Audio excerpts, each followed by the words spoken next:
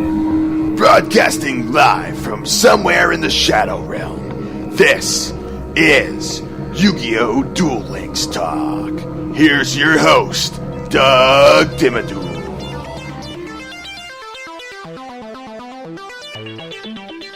Hey there, and welcome to another episode of YuGiOh Duel Links Talk. Today, we're going to investigate the hype. See what the newest Tier 0 deck is looking like right now. It's all the rage within the ranked duels. If you're hanging out in Platinum, Legend, even if you're hanging out in Gold right now, you're probably coming across quite a few of these decks because they are just really good. And that is the Cyber Angel deck.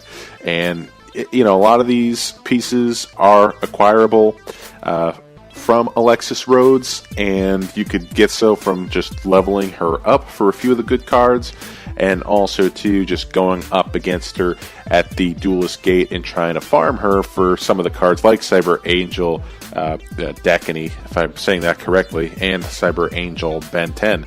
So there's quite a few of those, and also too, you could also farm it out for Machine Angel Absolute Ritual and Machine Angel Ritual. So yeah, quite a few of the pieces that you're going to need. But I want to go through some of the cards that are found in the decks, and they work real nicely. The first card is the Big Boss Monster, and that's Cyber Angel Dakini. It is the level 8 Fairy Ritual Monster with 2,700 attack and 2,400 defense. As a boss monster, you're probably saying, 2,700 attack, you know, not the worst monster in the world. Yeah, but its effect is just really, really good.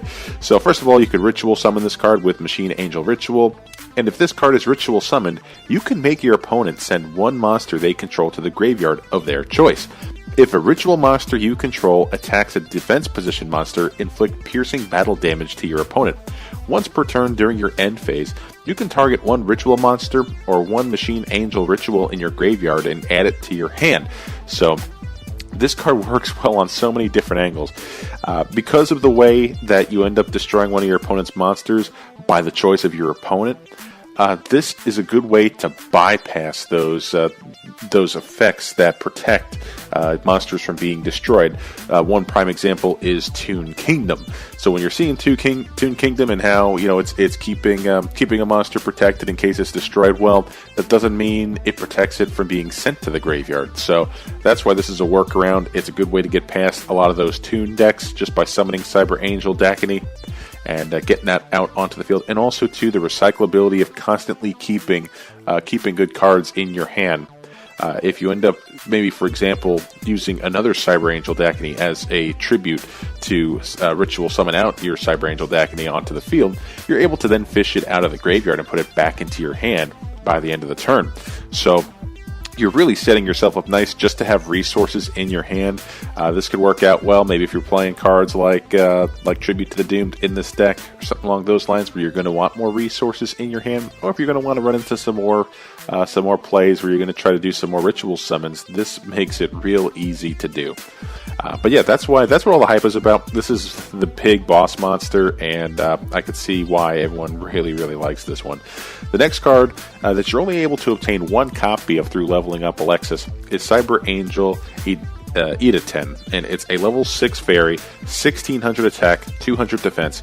You could ritual summon this card with Machine Angel Ritual. If this card is ritual summoned, you can add one ritual spell card from your deck or graveyard to your hand. If this card is tributed, you can make all ritual monsters you control gain 1,000 attack and defense. So this card works out really well if you're going to use this as a tribute for maybe Cyber Angel Ben 10 or Cyber Angel Dakini. You're able to then give them 1,000 attack and defense boost just from doing it that way. So yeah, overall, this card is just the ultimate support card from a tribute standpoint, but also its searchability too. If you want to do a combo play, use one ritual card, get this on the field to search out another ritual card, and then make another combo play from there. You're able to do it that way too. So it's a real good setup as far as that card's concerned, and it is only limited to one. Next card is Cyber Angel Ben 10. It's a level 6 fairy ritual, 1,800 attack, 1,500 defense. You could ritual summon this card with Machine Angel Ritual, and if this card destroys a monster by battle and sends it to the graveyard, inflict damage to your opponent equal to that monster's original defense in the graveyard. If this card is tributed, you can add one light fairy type monster from your deck to your hand. So Light Fairy monster, that's basically all of the Cyber Angel Ritual monsters. So You could search out any of those, even a Cyber Petite Angel if you want, because that's also a light fairy monster too. So you're able to run in a whole bunch of different directions with that search ability with Cyber Angel Benten. So yeah, just another really good one just to have in there. Next card that I like to run as a staple, because I have one, is Sonic Bird. You know what it is. It's a level 4 Winged Beast, 1400 attack, 1000 defense. When this card is normal or flip summoned, you can add one ritual spell card from your deck to your hand. So this allows me to search out a ritual. There is also Senju of the Thousand Hands, which I still don't have a copy of. It's the same type of effect as the Sonic Bird, but instead of searching out a ritual card, you search out a ritual monster. There are people out there who are able to get 3 copies of each because they go through the appropriate box sets to get them, and they are, they are in much better shape as far as consistency is concerned with running this deck. But, you got to make do with what you have. I run a copy of Cyber Gymnast just because it's a cyber deck. So, level 4 warrior, 800 attack, 1800 defense. Once per turn, you can discard one card, then target one face-up attack position monster your opponent controls and destroy that target. I like having this card. It is only limited to 1 because it's one that you get from leveling up Alexis as well. But just being able to have this card in there works well, especially if you're using your Cyber Angel deck and need to recycle cards back into your hand. You can keep on discarding cards every turn using your Cyber Gymnast and hopefully be able to get them back using your Cyber Angel Dakini combos. So again, just having more resources in your hand allows you to take more advantage of a card like Cyber Gymnast. So yeah, overall it is a good card. Then I run 2 copies of DD Warrior just because there's really no rhyme or reason to it. I just love this card right now, and I'm sure it'll grow old at some point. But for now, I'm running it in the deck. But after damage calculation, when this card battles a monster, you banish that monster, also banish this card. So yeah, that's just a frustrator. Then I run the copy of Cyber Petite Angel. You're able to get 2 copies of this from leveling up Alexis. If you're able to get him, I forget what the first level is that you're able to get him at, but then you could get a second copy when Alexis hits level 38. So I'm not there yet, but when I do, I'll have that second copy of Cyber Petite Angel, but this card is awesome for this deck. If this card is summoned, you can add one Cyber Angel monster or Machine Angel ritual from your deck to your hand. You can only use this effect of Cyber Petite Angel once per turn. Yeah, so this one is your ultimate searcher. But as a bookmark too, I just put a Dunamis Dark Witch in there, level 4, 1800 attack, 1050 defense, because it is a light fairy, so I could search that one out as well. But I would probably pull this out and then put in a Cyber Petite Angel once I get my second copy. Now, as far as the rituals go, I do run 1 copy of Machine Angel Absolute Ritual. This card can be used to ritual summon any Cyber Angel ritual monster, and you must also tribute monsters from your hand or field and or shuffle fairy or warrior type monsters from your graveyard into the deck, whose total levels equal the level of the ritual monster you ritual summon.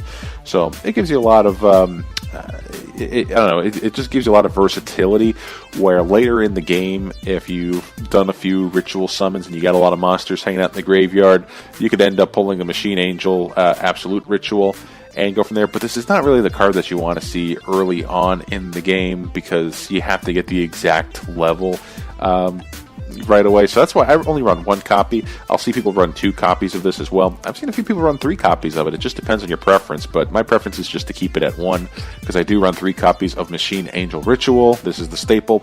This card can be used to ritual summon any Cyber Angel ritual monster, and you must also tribute monsters from your hand or field whose total levels equal or exceed the level of a ritual monster you ritual summon. If a light monster you control would be destroyed by a battle or card effect while this card is in the graveyard, you can banish this card instead. That's why this card is so good. It gives you that extra level of protection. So, should a card be destroyed by effect or destroyed by battle, you just remove this card from the graveyard instead, and you keep it on the field for at least one more go. That's why this is such a viable deck right now, with all of the card effects and all of the cheap, quick strong attack monsters to try and run over one of your ritual monsters. You do have that extra layer of protection. So, I mean, that's just all around awesome.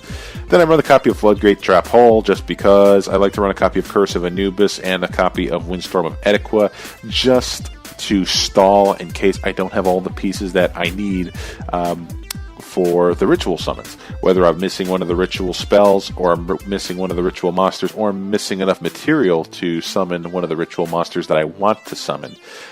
It's not the best situation, because again, it would be a lot easier if I had more copies of Sonic Bird and more copies of Senju of the Thousand Hands. But since I am really lacking in that regard, you got to make up for it somewhere else. That's why I like to use a little bit of stall tactics to throw in there. But yeah, anyway, that's kind of it in a nutshell as far as this kind of deck layout, and it's gotten me a lot of wins so far within ranked duels. One of the best ways to counter Cyber Angel Dakini is to just take advantage of using all those enemy controllers that we seem to have been getting recently. So take advantage of enemy controller, take control of that Cyber Angel Dakini, and then you get to choose which monster on your side of the field you want to send to the graveyard, so you send that monster to the graveyard.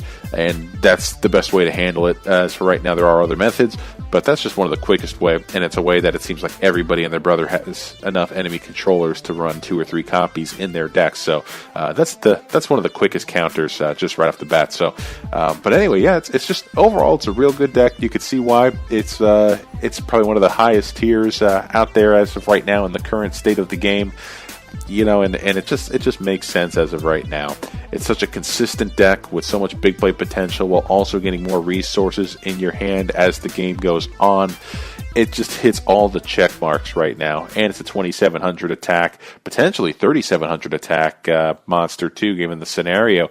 And I mean, gosh, it's just an overwhelming deck if you're not prepared for it. So, but anyway, that's pretty much it for today's episode. If you have anything that you want to add, feel free to reach out to me on Twitter at YuGiOh Deck Talk. It's all one word, at YuGiOh Deck Talk, and I'd love to hear from you. But anyway, that's it for today's episode. Thanks again for tuning in, and we'll see you next time. Take care.